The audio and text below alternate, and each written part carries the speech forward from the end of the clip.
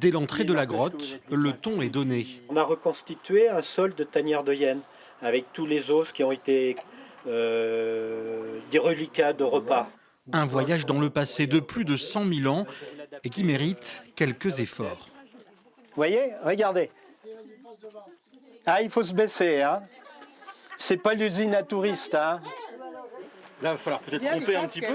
Ramper, ça fait rien, c'est pas grave. Vous venez avec nous? Je peux ramper quand même. Ouais.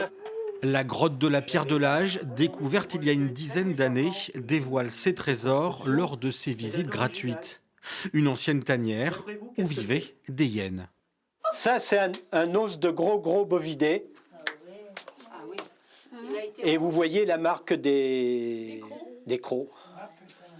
La puissance de la mâchoire de la hyène, c'est l'animal qui a la plus forte pression.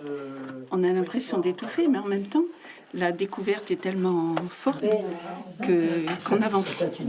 On continue. Voilà. Et vous avez découvert quoi? Et par le chemin que vous avez descendu tout à l'heure. Comment vivait la tanière des hyènes, ce qu'elle mangeait.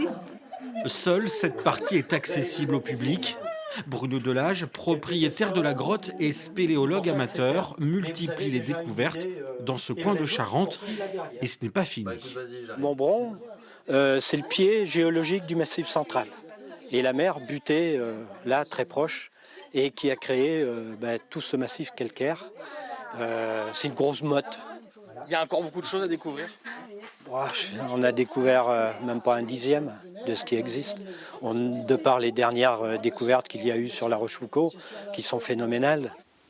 Un patrimoine historique que l'association Préhistoire en Tardoire souhaite davantage mettre en valeur, avec notamment des circuits de visite plus élaborés qui pourraient voir le jour l'été prochain.